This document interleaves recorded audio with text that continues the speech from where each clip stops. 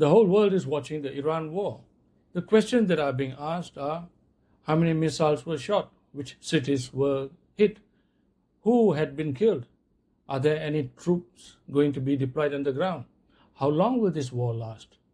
Those are legit questions, but I don't think those are the right questions to ask. In fact, I think the question is not even about what goes on the battlefield. It is about something else altogether.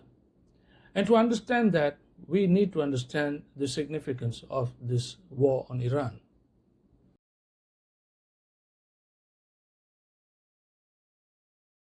The Iran war threatens to draw in the whole of the Middle East.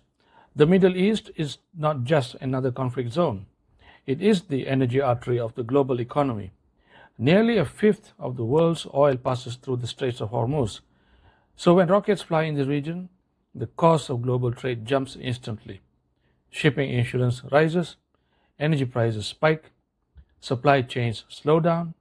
But there is another layer to this story. Global oil trade is priced in US dollars. That means the dollar system and the outcome of the Iran war are interconnected. But for businesses, it is not politics. It is arithmetic and probability. The longer the war continues, costs will go up. And when costs rise, companies start looking for alternatives.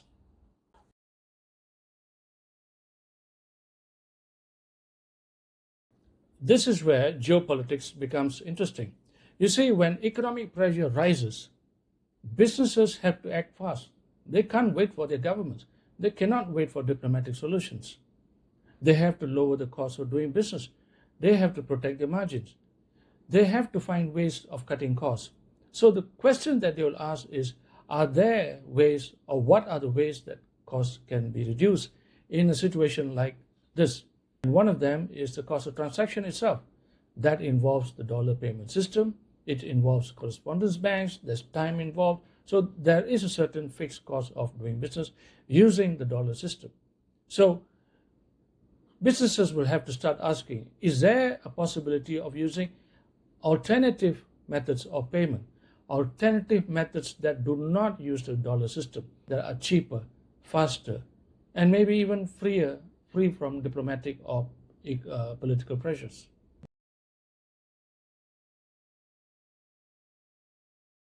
This shift is already happening. Since COVID, countries have been experimenting with alternative payment systems, including bilateral currency settlements. There is this mBridge system, originally developed by the Bank of International Settlements, now managed by China. I have made several videos on this subject of mBridge.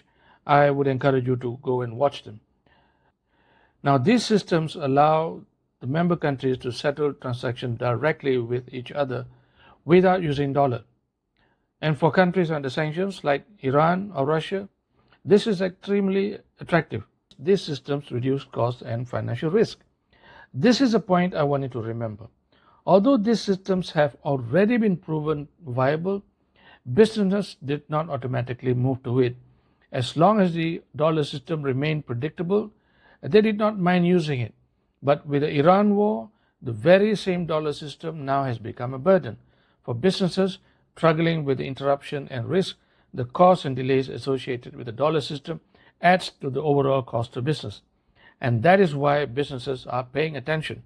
As long as the situation in the Middle East remains volatile, the pressure to settle trade with alternative payment system will increase.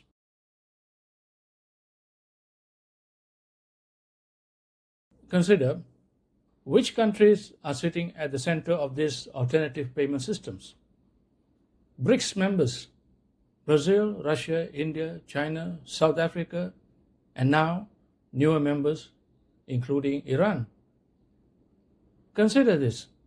Together, the BRICS grouping of countries account for about half of the world population, half of the global GDP, half of the energy production and consumption globally. In terms of trade, they account for more than, or roughly about a third of global trade. That scale matters. Oil trade is a priority now. Because of the war, supply of oil is disrupted and therefore prices are going up. But this incentive to use alternative payment systems, I believe, will not be limited to oil trade alone.